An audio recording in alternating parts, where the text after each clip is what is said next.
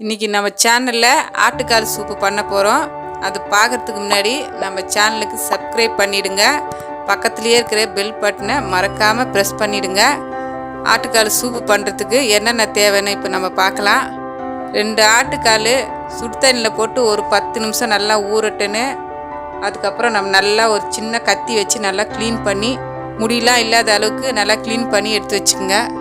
ஒரு வெங்காயம் ஒரு தக்காளி பொடியாக கட் பண்ணி எடுத்து வச்சுக்கோங்க. இஞ்சி பூண்டு பேஸ்ட்டு 2 டீஸ்பூனு, 1 டீஸ்பூனு தனியாத்தூள், 1 டீஸ்பூனு வெறும் மிளகாத்தூள், 2 பச்சை மிளகா, 2 ஏலக்காய், 2 லவங்கம், ஒரு பட்டை, 1/4 டீஸ்பூன் மஞ்சள்தூள் எடுத்து வச்சுக்கோங்க. கொஞ்சம் புதினா கொத்தமல்லி, உப்பு தேவையான அளவு. இப்போ நம்ம குக்கரை எடுத்துக்கலாம். குக்கரில் ஆட்டுக்கால், வெங்காயம், தக்காளி, இஞ்சி பூண்டு பேஸ்ட்டு எல்லாத்தையும் இப்போ நம்ம சேர்த்துக்கலாம்.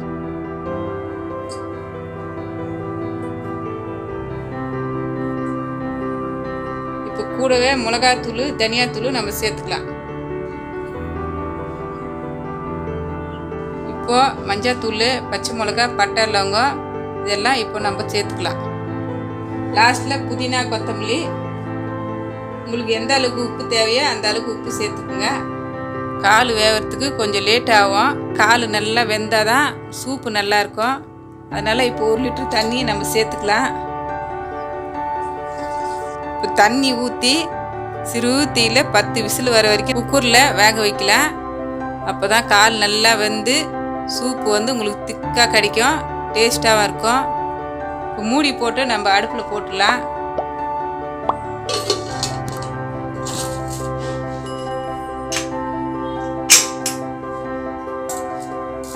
பத்து விசில் ஆயிடுச்சு.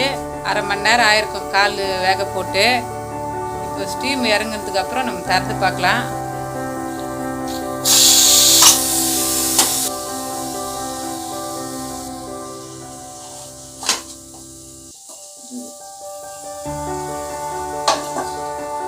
இப்போ நம்ம அடுப்பு பற்ற வைக்கலாம்.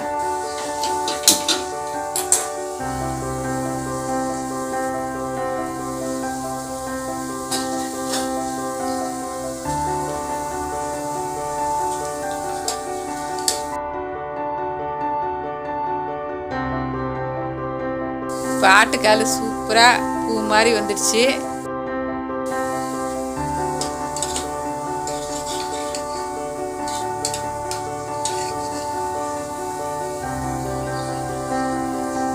லாஸ்ட்டாக மிளகுத்தூள் சேர்த்து ஒரு நிமிஷம் கொதிக்க விட்டு கேஸ் ஆஃப் பண்ணிவிடுங்க.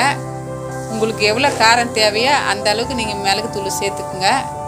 இப்போ ஆட்டுக்கால் சூப்பு ரெடி ஆயிடுச்சு. கேஸ் ஆஃப் பண்ணிடலாம். சூப் சூடாக சாப்பிட்டா தான் நல்லாயிருக்கும், டேஸ்ட்டாக இருக்கும், உடம்புக்கும் நல்லது.